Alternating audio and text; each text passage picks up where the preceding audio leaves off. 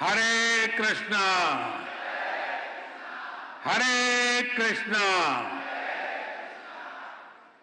महाराष्ट्र के governor CP Radhakrishnan जी, यहां के लोकप्रिय मुख्यमंत्री श्री देवाभाऊ, उप मुख्यमंत्री एकनाथ शिंदे जी,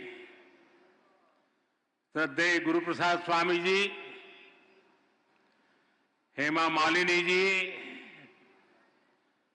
सभी सम्मानित अतिथि, भक्तगण, भाई और बहनों,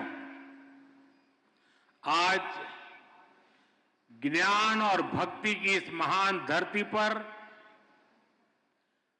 इस्कॉन के प्रयासों से श्री श्री राधा मदन मोहन जी मंदिर का उद्घाटन हो रहा है।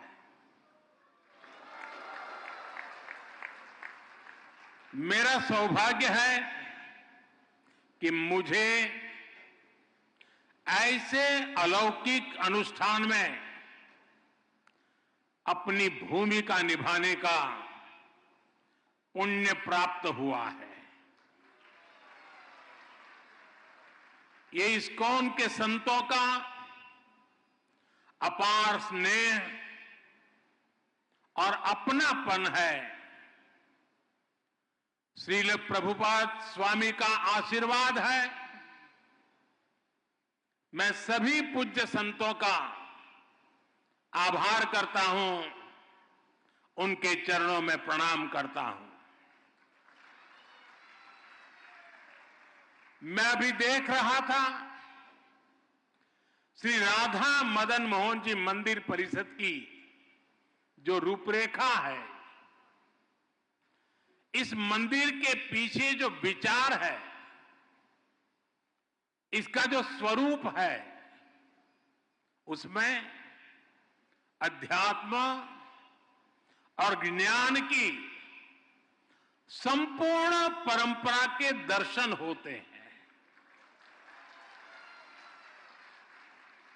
मंदिर में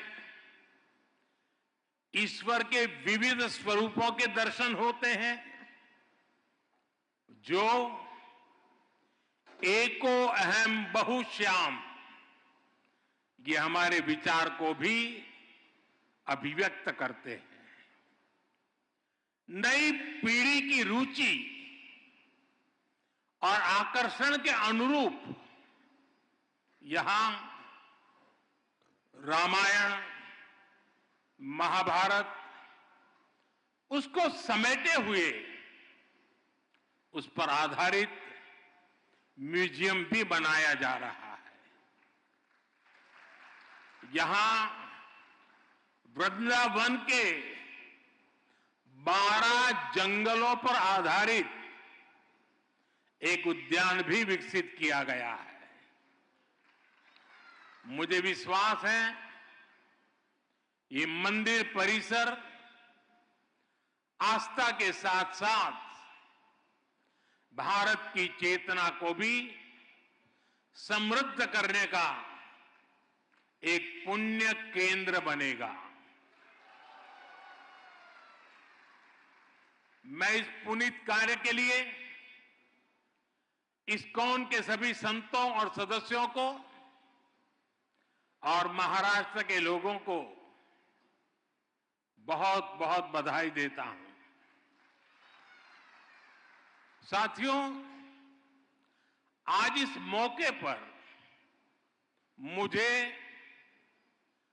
परम श्रद्धेय गोपाल कृष्ण गोस्वामी महाराज का भावुक स्मरण भी हो रहा है।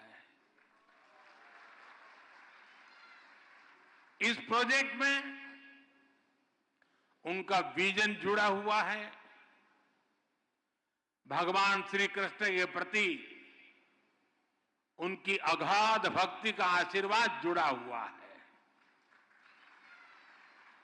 आज वो भौतिक शरीर से भले ही यहां न हो, लेकिन उनकी आध्यात्मिक उपस्थिति हम सब महसूस कर रहे हैं। मेरे जीवन में तो उनके स्नेह का, उनकी स्मृतियां का एक अलग ही स्थान है। उन्होंने जब विश्व की सबसे बड़ी गीता का लोकार्पण करवाया तो उसके लिए मुझे आमंत्रित किया और मुझे भी वो पुण्य प्रसाद मिला। श्रील प्रभुपाद जी की 125वीं जन्म जयंती के अवसर पर भी मुझे उनका सानिध्य प्राप्त हुआ था। मुझे संतोष है कि आज मैं उनके एक और सपने को पूरा होते देख रहा हूं, उसका साक्षी बन रहा हूं। साथियों, दुनिया भर में फैले इस्कॉन के अनुयायी भगवान श्री कृष्ण की भक्ति के डोर से बंधे हैं। उन सबको एक दूसरे से कनेक्ट रखने वाला एक और सूत्र है जो 24 घंटे हर भक्त को दिशा दिखाता रहता है। ये श्रील प्रभुपाद स्वामी के विचारों का सूत्र। उन्होंने उस समय वेद, वेदांत और गीता के महत्व को आगे बढ़ाया जब देश गुलामी की बेड़ियों में जकड़ा था। उन्होंने भक्ति वेदांत को जन सामान्य की चेतना से जोड़ने का अनुष्ठान किया। 70 वर्ष की आयु में जब लोग अपने कर्तव्यों को पूरा मान चुके होते हैं, उस समय उन्होंने इस्कॉन जैसा मिशन शुरू किया।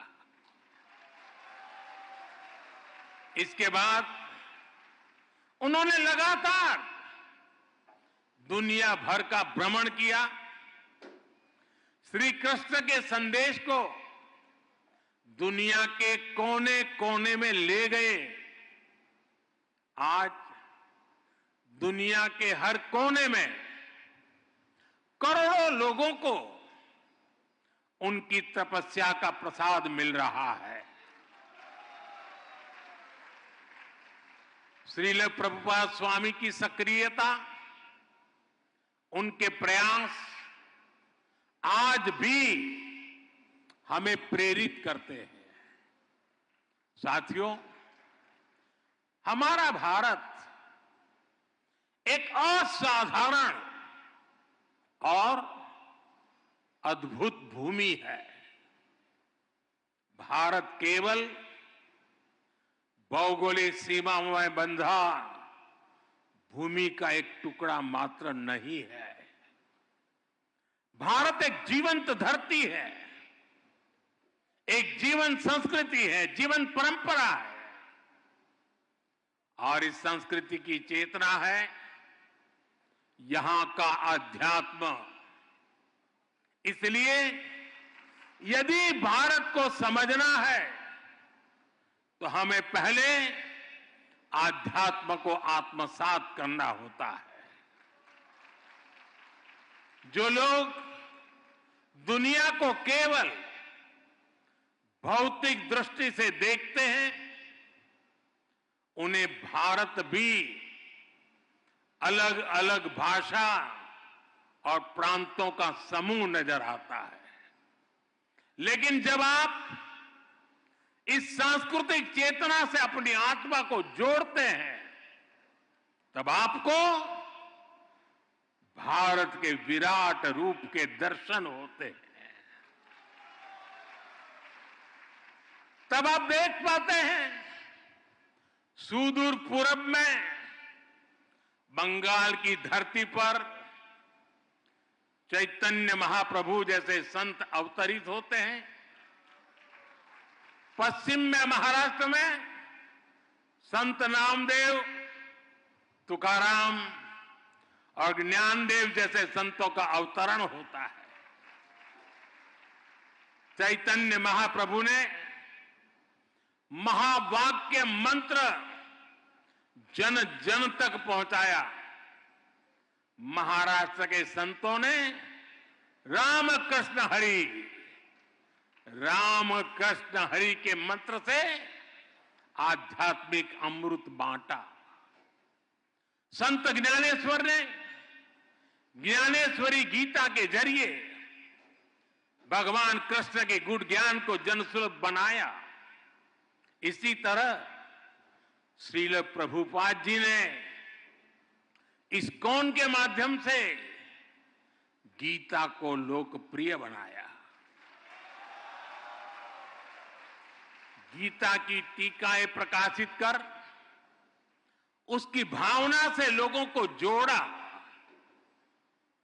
अलग अलग स्थानों पर जन्मे ये सभी संत अपने अपने तरीके से कृष्ण भक्ति की धारा को गति देते रहे हैं। इन संतों के जन्म काल में वर्षों का अंतर है, अलग अलग भाषा, अलग अलग पद्धति है, लेकिन बोध एक है, विचार एक है, चेतना एक है।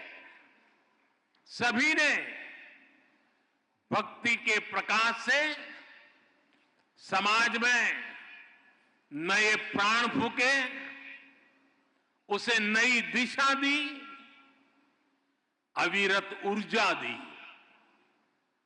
साथियों, आप सभी परिचित है, हमारी आध्यात्मिक संस्कृति की नींव का प्रमुख आधार सेवा भाव है। आध्यात्मिकता में जनार्दन सेवा और जन सेवा एक हो जाते हैं। हमारी आध्यात्मिक संस्कृति साधकों को समाज से जोड़ती है, उनमें करुणा की भावना पैदा करती है। ये भक्ति भाव उन्हें सेवा भाव की ओर ले जाता है। दातव्यमिति यद्दानम दीयते अनुपकारिणे देशे काले च पात्रे च तद्दानम सात्विकम स्मृतम। श्री कृष्ण ने हमें इस शोक में सच्ची सेवा का मतलब बताया है। उन्होंने बृहद सुंदर तरीके से समझाया है कि सच्ची सेवा वही है जिसमें आपका कोई स्वार्थ ना हो। हमारे सभी धार्मिक ग्रंथों और शास्त्रों के मूल में भी सेवा भावना है। इस्कॉन जैसी इतनी विराट संस्था भी इसी सेवा भावना से काम करती है। शिक्षा, स्वास्थ्य और पर्यावरण से जुड़े कितने ही काम आपके प्रयास से होते हैं। कुंभ में इस्कॉन सेवा के कई बड़े कार्य कर रहा है। साथियों, मुझे संतोष है कि हमारी सरकार भी इसी सेवा भावना के साथ पूरे समर्पण से लगातार देशवासियों के हित में काम कर रही है। हर घर में शौचालय बनवाना, हर गरीब महिला को उज्ज्वला का गैस कनेक्शन देना, हर घर तक नल से जल की सुविधा पहुंचाना, हर गरीब को 5 लाख रुपए तक मुफ्त इलाज की सुविधा देना, 70 वर्ष की आयु से ऊपर के हर बुजुर्ग को इस सुविधा के दायरे में लाना, हर बेघर को पक्के घर देना, ये इसी सेवा भावना के साथ, इसी समर्पण भाव के साथ किए गए कार्य हैं जो मेरे लिए हमारी महान सांस्कृतिक परंपरा का प्रसाद है। सेवा की यही भावना सच्चा सामाजिक न्याय लाती है, सच्चे सेक्युलरिज्म का प्रतीक है। साथियों, हमारी सरकार कृष्ण सर्किट के माध्यम से देश के अलग अलग तीर्थों, धार्मिक स्थानों को जोड़ रही है। इस सर्किट का विस्तार गुजरात, राजस्थान, हरियाणा, उत्तर प्रदेश और उड़ीसा तक है।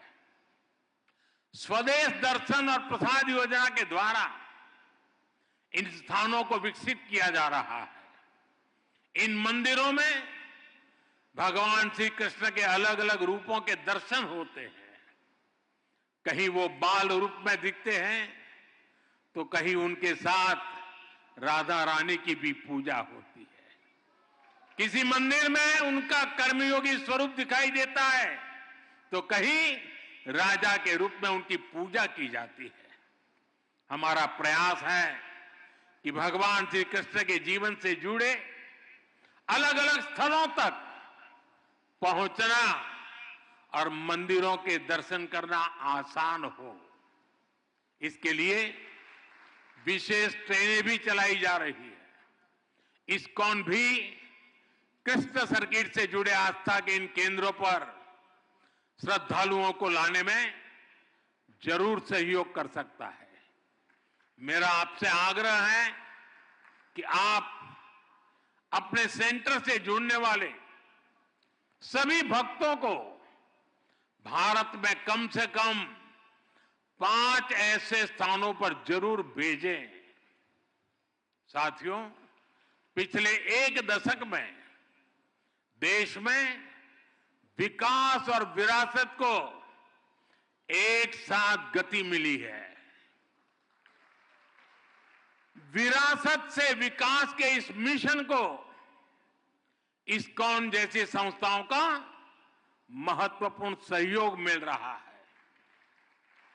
हमारे मंदिर या धार्मिक स्थल तो सदियों से सामाजिक चेतना के केंद्र रहे हैं। हमारे गुरुकुलों का शिक्षा और कौशल विकास को बढ़ावा देने में अहम योगदान रहा है। इस्कॉन भी अपने कार्यक्रमों के जरिए युवाओं को प्रेरित करता है कि वो अध्यात्म को अपने जीवन का हिस्सा बनाए और अपनी परंपरा पर चलते हुए इस्कॉन के युवा साधक कैसे आधुनिक टेक्नोलॉजी को आत्मसात करते हैं, ये देखना और अद्भुत होता है। और आपका इंफॉर्मेशन नेटवर्क तो दूसरों के लिए सीखने योग्य है। मुझे विश्वास है इस्कॉन के सानिध्य में युवा सेवा और समर्पण की भावना से राष्ट्र हित में काम करेंगे। इस परिसर में भक्ति वेदांत आयुर्वेदिक हीलिंग सेंटर की सुविधा भी लोगों को मिलेगी। और मेरा तो मत है, दुनिया के लिए मैंने हमेशा संदेश दिया है, हील इन इंडिया।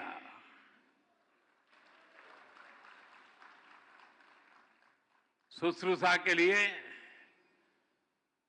और सर्वांगीण रूप से स्वस्थ होने के लिए, वेलबींग के लिए हील इन इंडिया। यहां भक्ति वेदांत कॉलेज फॉर वैदिक एजुकेशन की स्थापना भी की गई है। इनका लाभ हर समाज को होगा, पूरे देश को होगा। साथियों, हम सब देख रहे हैं कि वर्तमान समाज जितना आधुनिक हो रहा है उतनी ही उसे संवेदनशीलता की भी जरूरत है। हमें संवेदनशील इंसानों का समाज तैयार करना है, एक ऐसा समाज जो मानवीय गुणों के साथ आगे बढ़े, एक ऐसा समाज जहां अपनेपन की भावना का विस्तार हो। इस्कॉन जैसी संस्था अपने भक्ति वेदांत के माध्यम से दुनिया की संवेदनशीलता को नया प्राण दे सकती है। आपकी संस्था अपनी क्षमताओं का उपयोग कर पूरी दुनिया में मानवीय मूल्यों का विस्तार कर सकती है। मुझे विश्वास है कि प्रभुपाद स्वामी के आदर्शों को जीवंत बनाए रखने के लिए इस्कॉन के महानुभाव इसी तरह हमेशा तत्पर रहेंगे। मैं एक बार फिर राधा मदन मोहन मंदिर जी के लिए पूरे इस्कॉन परिवार को, सभी देशवासियों को बहुत बहुत बधाई देता हूं। आप सबका बहुत बहुत धन्यवाद। हरे कृष्णा, हरे कृष्णा, हरे कृष्णा।